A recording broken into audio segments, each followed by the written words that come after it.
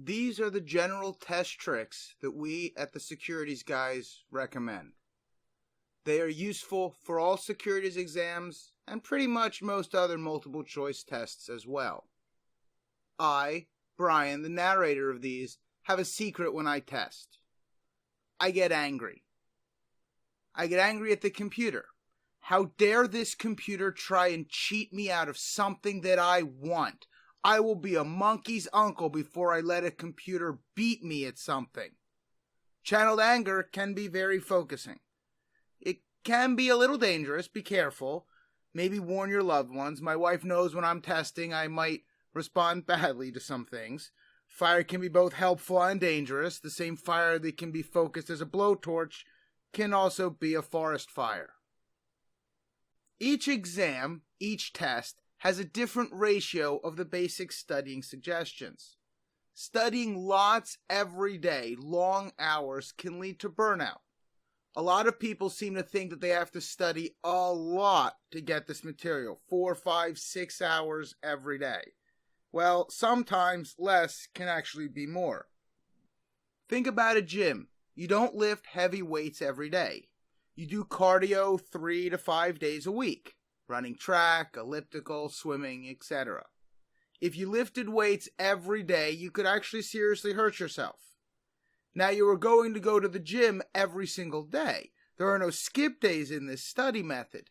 And so if 3 to 5 days a week you're doing cardio, that means 2, 3, 4 days a week you're doing the heavy lifting. Every day you should be studying at least 20 to 30 minutes a day. Every day at least. That's the cardio. Now 2 to 4 days a week, you also want to be doing the heavy lifting now. That's 2 to 4 hours of studying. As I said, the 2 to 4 hours of studying is the heavy lifting, but you don't want to do that every day. It doesn't need to be a solid 2, 3, 4 hours or more at a time, but you do want to do them in chunks of about an hour. Study for an hour, maybe make some phone calls, run an appointment, watch a short TV program, come back, study for an hour, do something else, study for another 2 hours in the evening, something similar. The idea is to find the right balance for you so that you do not have days where you aren't thinking about this at all, but that you are still moving forward at a reasonable pace. Too many people think spending 5 or 6 hours a day will get this material. After a while, though, their brain simply goes on vacation. They might have the book open for 5 or 6 hours, but the brain is on vacation somewhere else. After an hour or two, the brain's like, I'm just done. I don't want to do this anymore. So after a few days or a week or two of doing this, it seems like you're spending 20 or more hours studying, but you're not remembering nearly as much as you think you should after 20 hours. And this is where it leads to burnout. You've spent 20 hours. It sort of feels like you've wasted it, so it makes it harder to study more. And so you burn out and you quit, and we don't want that. We need to find the pace that you can maintain. Make sure it includes working at least a little every day. There are no skip days. The basic guidelines to start would be something like for the SIE, the Series 6 Top-Off, and the Series 63, you'd want 20 to 30 minutes, those are your cardio, your lighter days, and 2 to 4 hours on the heavier days. For the Series 26, you're going to want probably 40 to 50 minutes on the lighter days, and 3 to 4 hours on the heavier days. The Series 65, you need to kick it up. You want an hour on each of those lighter cardio days, and 3 to even 5 hours on the heavier days.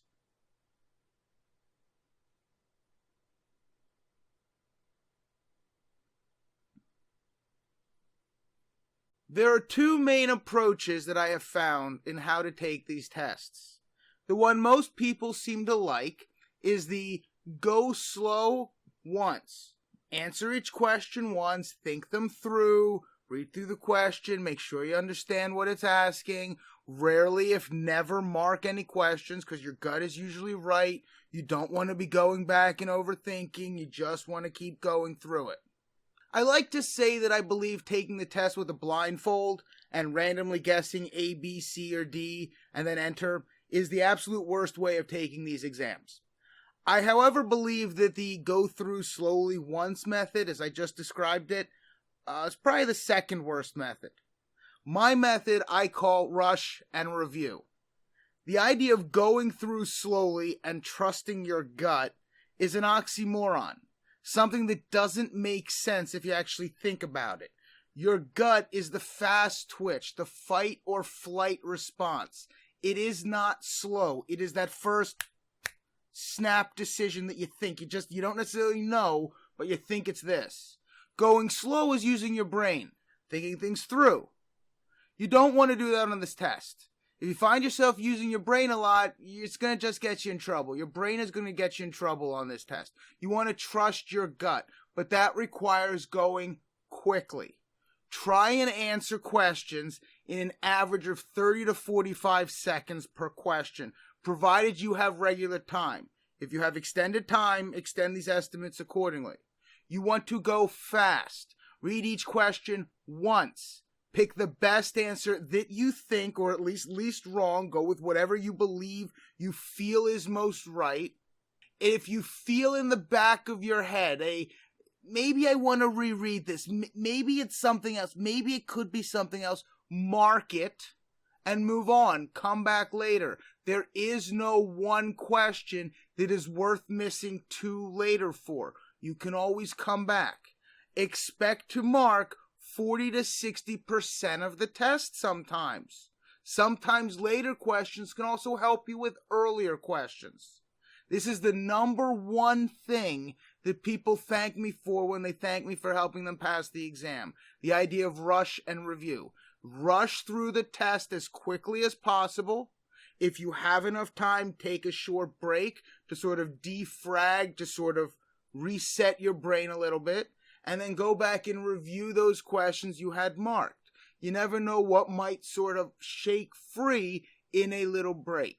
But the idea is to move quickly. You don't want to waste time. You don't want to find out at the end of the test that you've got 10 questions to go and you've got 8 minutes left and you start freaking out, because that's going to only be bad.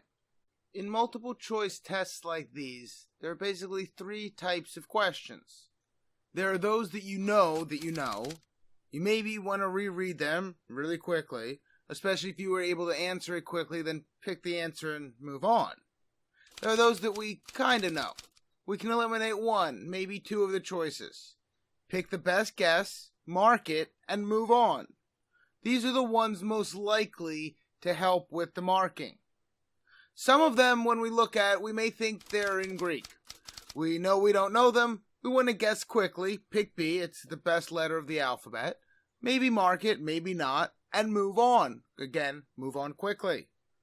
Now, when you are reviewing, you only want to change marked questions that you are 100% sure on, or at least very, very sure. You don't want to go back when you thought it could be A or B and you guessed B, and you go, well, I guess it could be A, so, well, okay, yeah, let's go with it. No, stick with B, stay with your gut. But if you go back and you reread it and go, oh, wait a second, oh, it says except, or it says not, or I didn't see this, oh, it's clearly A now, or even C or something else, then change it. But only change it when you are sure that it is something else now, not simply that you might think it is something else. So here's an example. 2 plus 2. Okay, so here's an easy one. We should be able to look at this, know quickly. The answer is obviously A, no need to mark it, and move on. Well, obviously that is a joke. But sometimes there are questions that are that easy. That is something to make sure you remember. There are many students who are only expecting hard questions. They're not expecting really easy ones. There could be really easy ones. Answer C and move on. But make sure you do not take more time than you need. The easy questions are where you pick up time. Here's an example. How do you spell the capital of Pennsylvania? Well, this reminds me of an old joke, one that I actually was able to tell and get someone from Kentucky on. The question is, how do you pronounce the capital of Kentucky? Is it Louisville or Louisville? And the person answers, including this young woman from Kentucky, one of those two answers. And then, as the smart aleck that I guess I am and clearly was, you might respond something like, oh, I thought the capital of Kentucky was pronounced Frankfurt. Yeah, one of the prouder moments of my young, smart alecky life was getting someone from Kentucky on that. So anyway, with this question, you might know what the capital is, but you don't necessarily know how to spell it. Well, if you know what it is, that eliminates half the choices. If you know the capital of Pennsylvania is, in fact, Harrisburg, that gets rid of both of the Pittsburghs. Make your best guess. Maybe mark it if you think you might get something more from it later if you look back. Choose quickly and move on. Last example. Yikes. Told you some of the questions might look like they're in Greek. There's a good reason this one looks like it is in Greek. Because it is in Greek. Now you might look at this, freak out a little bit, guess something and move on. That's absolutely fine. Perhaps you were in a fraternity or sorority, or for some other reason you know the Greek alphabet. I know it from fraternity life, but also from mathematics. And you might recognize this as a transliteration. The letters sound like they should in English. It isn't actually written in Greek. It's written in English and then just put into the symbol font. But it would take time to figure out what the question actually is. So with questions like this, the ones that you're pretty sure you don't know, or at least don't have the time now to figure out, make your best guess and mark it. Or don't mark it if you don't think you're ever going to figure it out, and come back later when you have the time. You don't want to answer it initially. You don't know what is coming, and as I have said, no one question is worth running out of time to answer two later. This question is pretty easy if you figure out what it means. What it actually says, if you transliterate it back into English, is what continent is the United States on? If it is not on South America, Asia, Europe, Africa, Australia, or Antarctica? Is it burritos, North America, suspension bridge, or Dancing with the Stars? Again, if you had the time to figure out what this was really saying, it's pretty easy, but you need time. So make sure you mark it and come back later. The whole point is moving quickly. One of the things that students sometimes forget about is the answer is always in front of you. Now that does sound weird, but as I said, a lot of students forget about that. They get stuck on trying to figure out what the question means, what the answer to the question is, without even looking at the answers. They might be able to figure it out which answers are right or wrong. Sometimes it's easier to work backwards. If you know three of the answers don't make any sense, then likely that fourth answer is right. Well, maybe you want to mark it and come back later to double check. Move fast. That's, remember, the motto here. We want to move quickly. Don't just freeze if you don't understand on a word or phrase. Keep going. You have to guess. There are no penalties for guessing. And before you can move on to the next question, you have to guess. If you can eliminate one choice, then every three of those you're going to get one right. If you can eliminate two, then you've got a coin flip, and every two coin flips you're going to get one of them right. Coin flips are another mental trick that I like to bring up. Coin flips are our friend. Let's say there are 100 questions on a test, or 80, or 50, some nice even number. If 50 of those questions, or 40 if it's 80, or 25 if it's a 50 question, and you know half of the test you know you got perfect and you're good. And the other half of the test, though, you don't know. You only know half of the test, but you can eliminate two of each of those answers on the questions that you don't know. Half the test you know, but half the test you're flipping a coin on. Some people look at that and feel bad that they know half the test. Only half the test they know. The other half they're just guessing. I look at that, I love that. If half the test you know, but half the test you're flipping a coin on, guess what? You just passed. That's an expected value of a 75%, and across all securities exams, a 75% is passing. Coin flips are our friend. Don't freeze. Try and eliminate, make your best guess, and move on. There are other questions. That is also part of the problem with these exams, at least the securities exams, but I believe all multiple choice exams in general, is I believe that there are two parts of these tests, only one of which people really focus on. There is the content. That is what people study. That is the material. That is what primarily the books focus on. But then there's the psychologies of these exams. That is what people don't really prepare for. The getting angry that I spoke about earlier helps make it so that psychology doesn't work as well. When you are focused on beating someone with all of your might, just focused on it, then the psychological taunting that opponent might do, whether in sports or the computer on this test, will be less likely to work. You expect your opponent to try and taunt you, so you ignore it. If you aren't expecting it, though, that's when the psych out works. The coin flips are our friend, helps get over some potential issues when there are questions where the answer can be very subtle. Every two of them, we're going to get one right. Don't spend a lot of time worrying about them, just guess and move on. The last and actually probably most important psychological defense I can give you is in the form of a question. Do you believe you will get 100% perfect score on this exam? Seriously, you heard that correctly. Do you believe that you will get 100% perfect score, every question correct, on this exam that you are currently studying for? Are you sort of laughing at that thought? Are you surprised I would even think of asking it? I tell people if you answer yes, I do expect to get 100% on this test, there are probably some psychologists in your area that can help you with that belief more than I can. More than likely you either laughed at the idea or shook your head or at least thought, no, of course I'm not going to get 100 on this test. Well, what does that actually mean? Well, it means going into this test, before you've even sat down, before you've even seen any of the questions, you understand and expect that you're going to get questions wrong. That there will be questions that you don't know. Words or phrases that you have no idea of what they mean. So, don't let it bother you when you see it. You're right, you're going to see it. There will be things that you don't have a clue what they were talking about. You have no idea of what they mean. But before you even take the test, you seem to understand that you will be seeing that you expect it. So don't let it get in your head.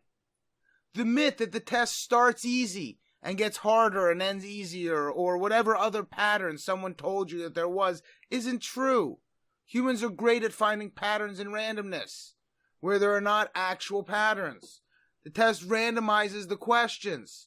You may see a really hard question on the first or second question. If you get stuck in your head, oh, woe is me, I spent all this time studying, I wasted this time, I'm going to fail, I'm going to have to retake this, I'm not going to get this promotion, oh no, woe is me. It's over at that point. You might as well get up, walk out of the testing facility, go home and take a nap. It will be better for you in the long run. Expect to see hard questions. Don't let it bother you. You just need a passing score. No one is going to be getting 100% on these, especially they don't even tell you what your passing score is when you pass these anymore. So even if you did, you wouldn't know. Also remember, you can take notes. You can memorize important formulas and then write them down first thing when you get in. You can draw charts and tables. Membership on our website provides access to pictures, charts, and graphs that we have created. If you want to draw funny animals, sometimes you just need to get out of your head for a few seconds. Draw a funny animal, chuckle a little bit, but do it quickly and get back to the test. These tests are passable. Do not put more pressure on yourself than you have to. It is not the end of the world. These tests are not life and death. One of the dumbest people I have ever met and one of the worst agents I have ever known passed all of his tests on the first time. Some of the best agents that I know have taken 7, 9, 13, or even more tries before passing these stupid tests. These are hoops that we have to jump through. Nothing more. They are not an intelligence test. They are not a career aptitude test. They are a stupid hoop that we have to jump through. That's it. Do not let it become more than that. It can suck when you fail. We have a whole post on how to fail well. And will likely have a video shortly on it too. Sometimes some people have to see the test before they really know what it is and what they need to do to beat it. Don't waste trials though. Don't fail the test and then feel down and wait 6 months before trying again. You just wasted that try. Basically, if you miss it, you want to get out of the test, write down everything that you saw on the exam, and then spend the next 30 days making sure that you will never have to take it again. These tests are hard. Very rarely is something that is worth doing easy. These people, far wiser than I, have said similar things.